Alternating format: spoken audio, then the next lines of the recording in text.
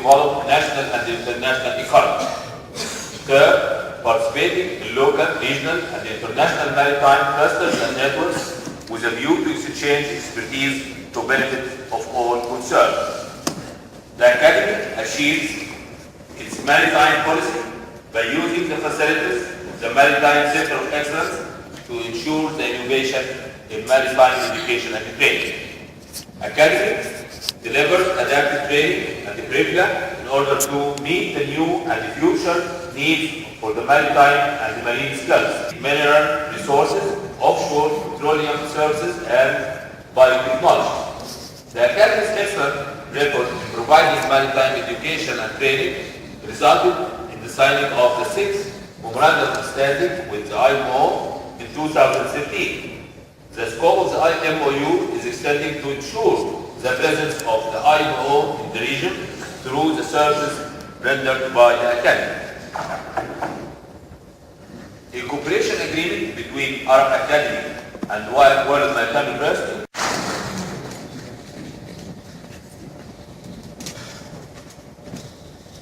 Excellencies, President of Arab Academy, members of committee, and members of the League of Arab States, distinguished visitors.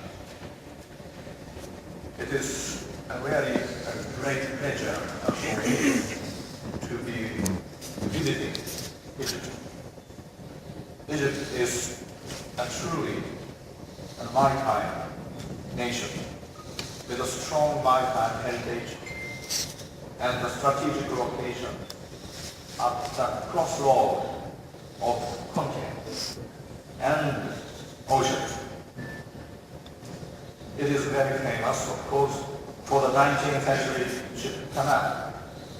But there was, as far as I understand, navigation canal linking the Red Sea maritime nation and valued participant in IMO and a member of IMO Council.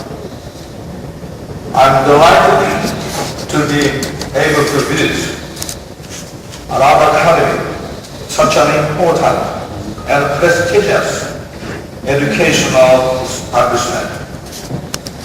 I'm truly grateful to the President of Academy, Dr. Ismail Abdel Ghaffar, for his kind invitation. I'd also like to acknowledge and praise the Academy for its really outstanding work. It is now an institution of the League of Arab States. I appreciate the outstanding leadership of the President, of course, and all members of the Executive Council. And I'd like to acknowledge how Arab Academy has been assisting and facilitating the implementation of IMO's technical cooperation program and cooperation activities for many years. Of course, I want to talk about this year's theme for World Maritime Day, that is maritime education and training. But before I mention anything about that, let me just touch upon the history of International Maritime Organization.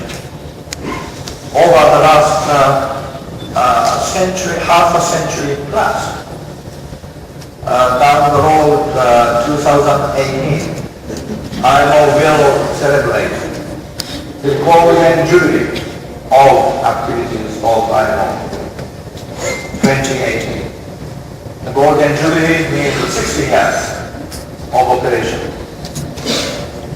1958 was the year when IMCO Convention came into force. I just want to highlight also that was possible when my country, Japan, ratified the IMCO Convention and activated the convention.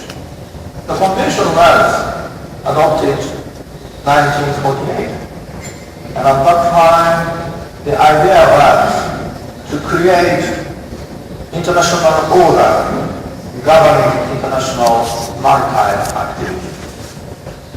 At that time and nowadays, if you compare the situation in the shipping world, there are a number of significant differences. Let's say after the war and when IMO started to work, the world shipping industry was composed of, let's say, many national fleets manned by national people, registered in the same nation. So this is a sort of concept of national fleet. But nowadays, ship owner can register vessel anywhere. And nowadays, they can recruit these seafarers from any country, as far as they comply international regulations adopted by international maritime. If you look at the UNCLOS, United Nations Convention on the Law of the Sea, there is still a provision for the nationality of ship. But what we can see is we have created really international industry. And you can register vessel anywhere, and you can recruit the people from anywhere. So this has been a significant development, and you cannot turn the history backwards. And what IMO has achieved is to ensure that system will run smoothly without entaining damage to the vessel and the environment and maintaining the safety. And this has been achieved by IMO. This is what I call a global system of shared responsibility for maritime governance under IMO Convention. Why it is global? Because we are aiming at global standard to be applied anywhere. We strongly object unilateral action. So this is a global system. But why share responsibility? You can register in anywhere in local registry or in maritime international registry. They have a huge responsibility to implement IMO regulations as flag state. And of course the state will have a responsibility to enforce. As the coastal state, again you have a responsibility to ensure smooth supporting system will be provided. So in a way, this is a global and international industry. And we have established the global system of shared responsibility. And then this is the governmental governance structure. But we are not dealing with actual daily handling of the vessel that belong to, for example, the board of educational institutions like another country. We are not dealing with the daily business. But IMO has established the global concept that we share the responsibility and we continue to support the international shipping. So in my view, this is what we have achieved. And over the 50 years of United Nations, for example, we have seen a number of developments. Once United Nations adopted the Convention for Ship Registration, and clearly that was created. UNCTAD discussed, let's say 40-40-20 principle. I'm talking about the line are pulled. They are not very successful, but only IMO has managed to provide international framework on which shipping industry can navigate and continue to provide good for the people. So this is what we have achieved. And this is what we want to pass on to the hands of future maritime leaders and future maritime experts. That is the reason why I am raising the importance of maritime education and the training. I raised these issues to the IMO Council.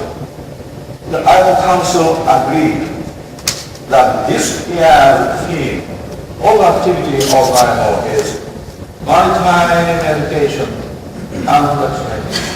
So in this very important year, I'm really delighted to come to another academy, such an early day of the year. So I cannot express any satisfactorily my appreciation to the President and all members of Arab Academy and League of Arab States who managed to realize this vision. The importance of shipping in global community, it cannot be overemphasized. Shipping industry underpins the sustainable development. The industry is highly technical, so therefore that demands considerable skill, knowledge, and expertise. It is important to learn it all on the job. The industry is truly international, so therefore we have a need for global network of specialist education and training establishments to ensure the stream of high caliber recruits to be realized in the future of the industry. The effective standards of training is really a bedrock of safe and secure shipping industry. I just want to highlight the importance of looking at the future. Still, in my view, we must be seeing that in the future we can see significant shortage of seafarers. The world of the seaborne trade expands, continues, and over 50 years and 40 years, we have seen seaborne trade has been expanded. Up and down, yes, we have sometimes good time and bad time. But while the seaborne trade continues to grow, the currently shipping industry is facing very difficult situation. Because of 2009 contraction due to 2008 Lehman crisis, and the shipping industry is holding still a huge overtonnage. So this is the reason why shipping industry is struggling. And taking into account the economic development, let's say for Asia, including China, and then world economy is a little bit struggling. At this stage, United States looks strong, but we cannot see how we can steadily consider future growth. But nevertheless, if we follow the pattern of the last 50 years, and taking into account the growth of world population, if you take a look at, let's say, 10 years, 20 years, and 30 years, and world trade will continue to grow. So this is, in my view, a significant element when we talk about the future. Then, if we talk about, let's say, 15 years ahead of us, and that is the 2030, and by that time, how many seafarers you may require? This is a simple calculation. Everybody can do that. So for example, currently, as far as I understand, there are 500,000 of officers operating all over the world.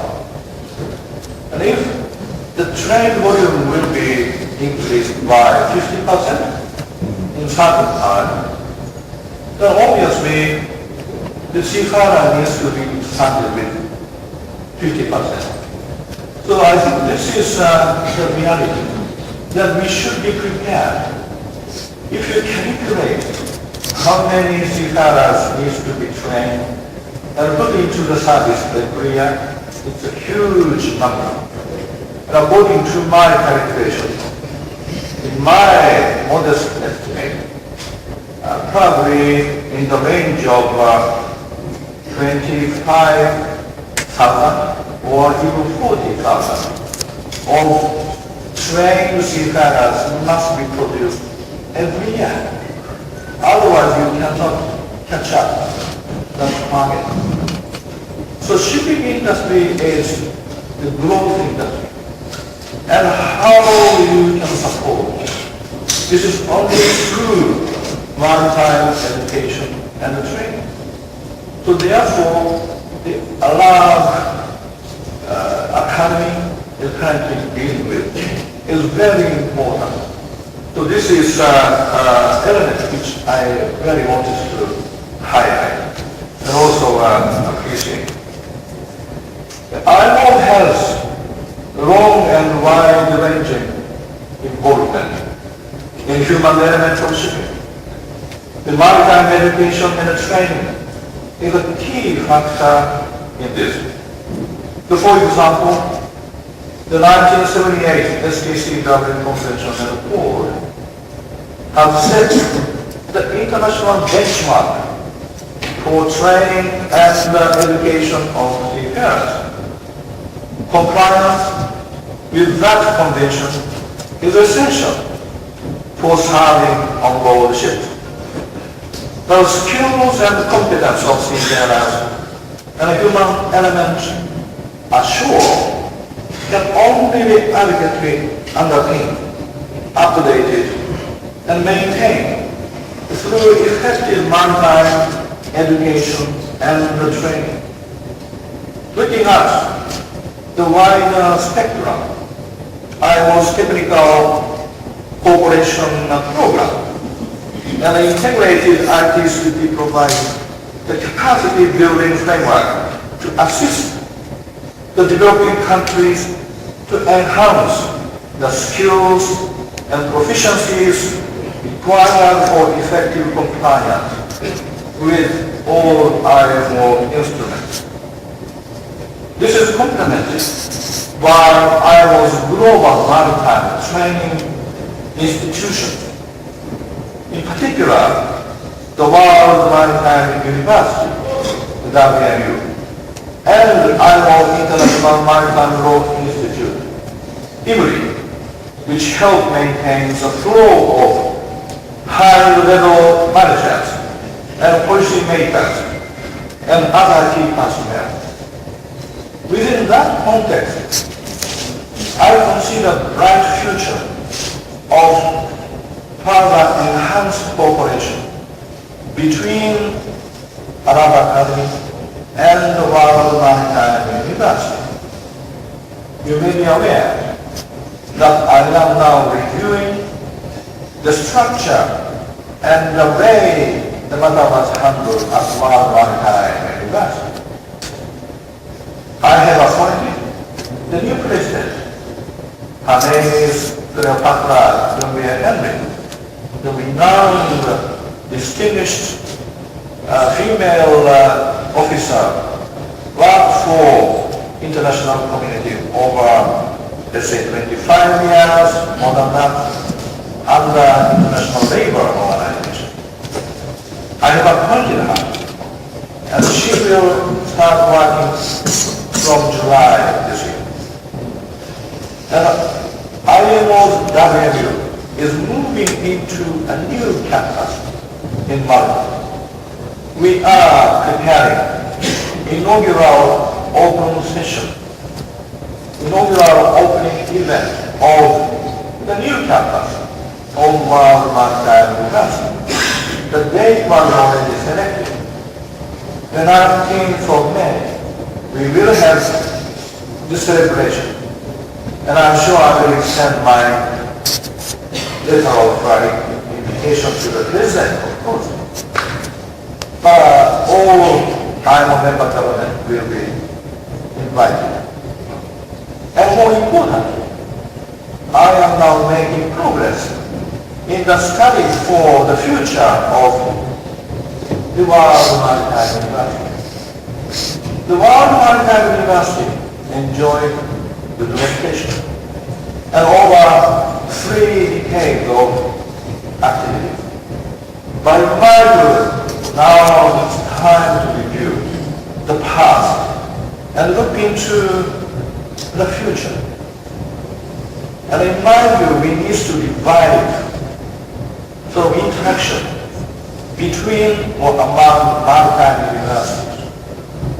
And IMO WMU could be a sort of central focus, but at the same time, IMO's WMU cannot train thousands of people all over the world. It's clearly beyond our capacity. That is an area where national universities, including the National Academy, have a significant role. And we want to ensure that global maritime education will be coordinated, and that we will train not only seafarers, but also lawyers, but also port managers, economists. And I think this is necessary for the future maritime development. The United Nations is now preparing post-2015 development agenda. I have been mentioning that to my colleague in Chief Executive Board of the United Nations. If you are serious about post-2015 development agenda, which may replace or succeed Millennium Development Goals, we must be serious about maritime development. Because without maritime development, you cannot imagine sustainable, continuous development. So therefore, maritime development must be of the highest priority in the development agenda. And I think the future of World Maritime University will clearly underpin the need for training the future maritime leaders, particularly the policy makers. Because WMU cannot handle seafarers, but WMU will provide policy makers. And that is an important distinction between the role of WMU and the role of various national maritime universities. And I'm sure we can generate a new concept of cooperation. Mr. President, I'm really looking forward to consider the future of our cooperation between WMU. Mind you, I'm not only Secretary General of IMO, I am the Chancellor of World Maritime University.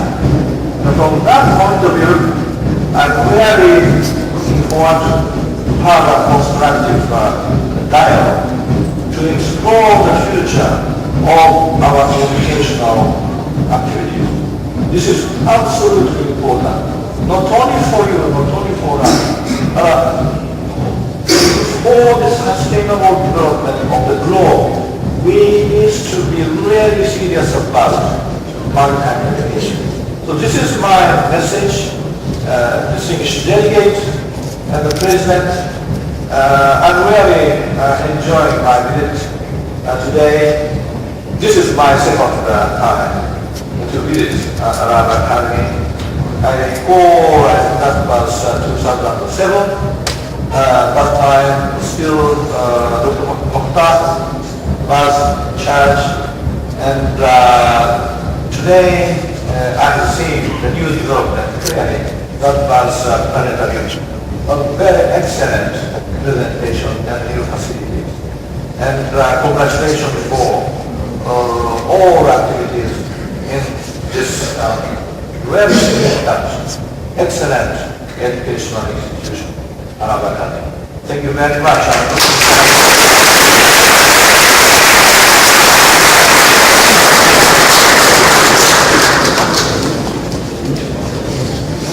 The AASC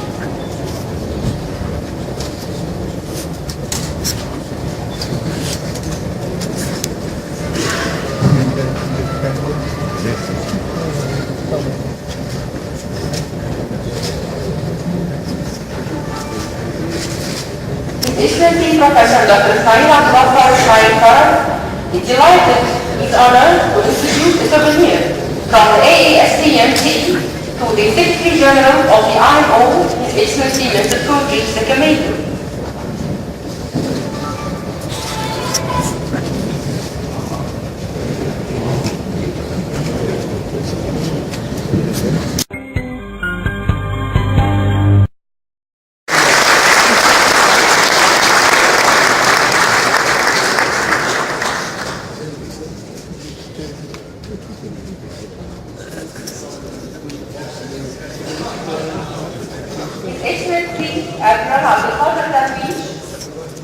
Is delighted with honor to introduce a souvenir.